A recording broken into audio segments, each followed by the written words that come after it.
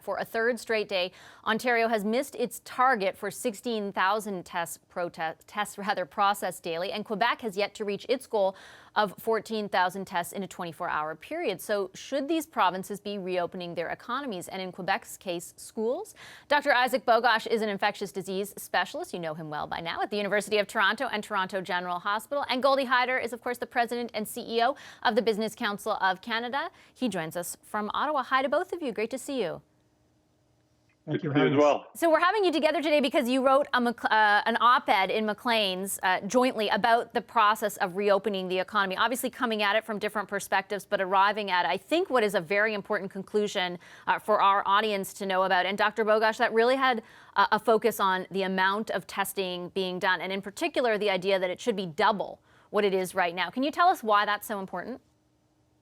Yeah, absolutely. I think in order to really successfully mitigate a second wave, we're really going to need no barriers to diagnostic testing. We really need to ramp this up, and we're in this for a longer haul. I mean, there's no end in sight, and we certainly need to have the capacity from coast to coast to ensure that people who may have this infection are quickly diagnosed and ruled in, or have a diagnostic test and ruled out. But I mean, these are extremely important ingredients to have in order to successfully lift the public health restrictions that we're living under, and in order to ensure that we don't reintroduce this infection again to communities where there's a low burden of disease.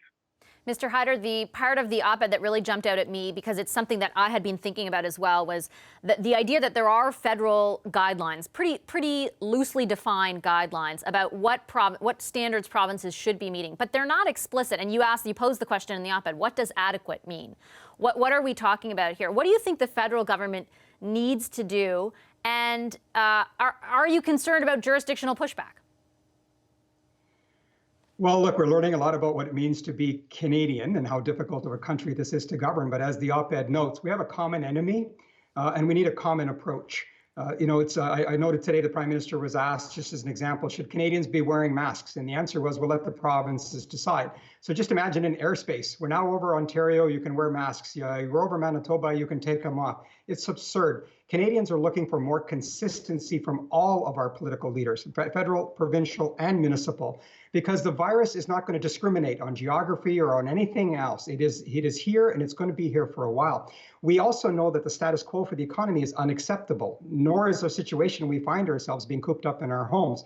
We are going to have to restart, and that restart is going to require confidence, and that confidence is going to come from our governments working together with our medical system, with our businesses, with our labor organizations, with a heavy emphasis on testing, tracking, tracing, and the mass availability of PPEs.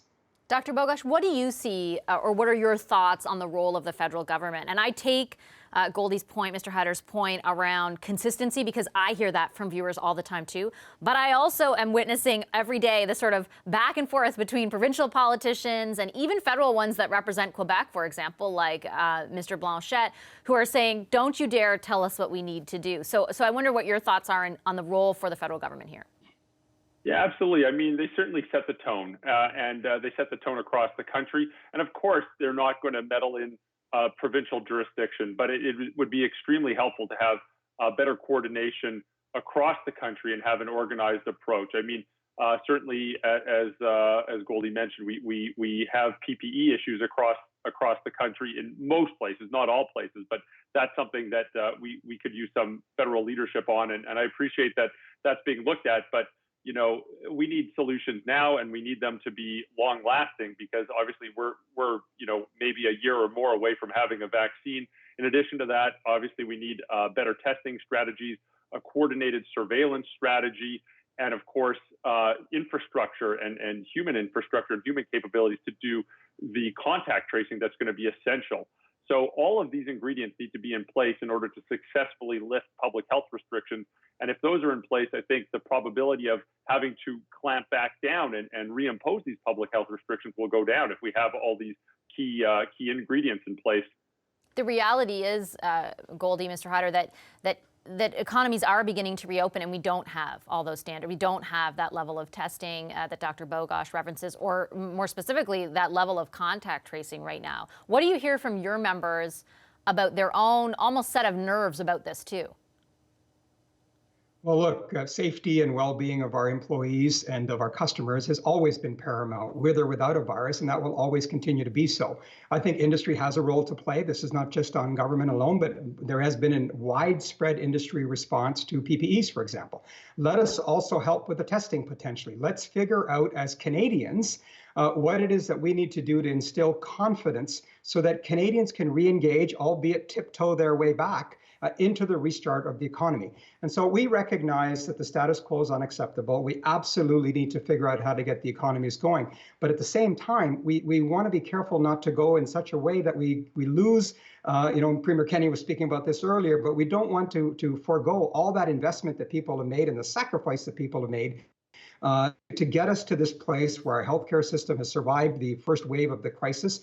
But as Isaac rightly says, we want to prevent a second wave. We don't want to have to do a restart, and then a shutdown one more time. That would be catastrophic on many levels. And so that's why we're calling on greater consistency, collaboration, and coordination at all levels of government with our business leaders and businesses and healthcare professionals. Dr. Bogoch, when I rattle off those testing numbers and the capacity and the level of processing, that's around diagnostic testing. Late last night, we got a press release from Health Canada saying that the first serological test in Canada had been approved by Health Canada for use in Canada. And for our viewers, that's the test for antibodies to, we hope, determine whether or not you're immune. And that will be key, my understanding is, at least in the future, for reopening economies on a large scale. How optimistic should we be about that test being approved, and how hopeful should we be that it might hold part of the key, at least, to some of that reopening?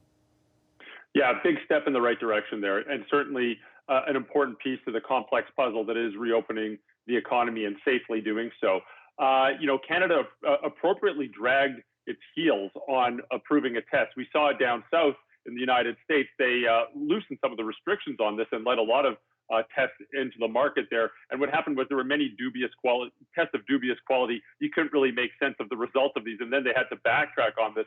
Canada played a bit of the long game. It only took about 6 weeks longer. We found a test that seemed to have excellent diagnostic capabilities, and we approved that test. And now the provinces will likely, implement these in various ways, but we'll likely see these used from a public health standpoint and maybe even at an individual standpoint as well. So I'm looking forward to having these scale up in Canada.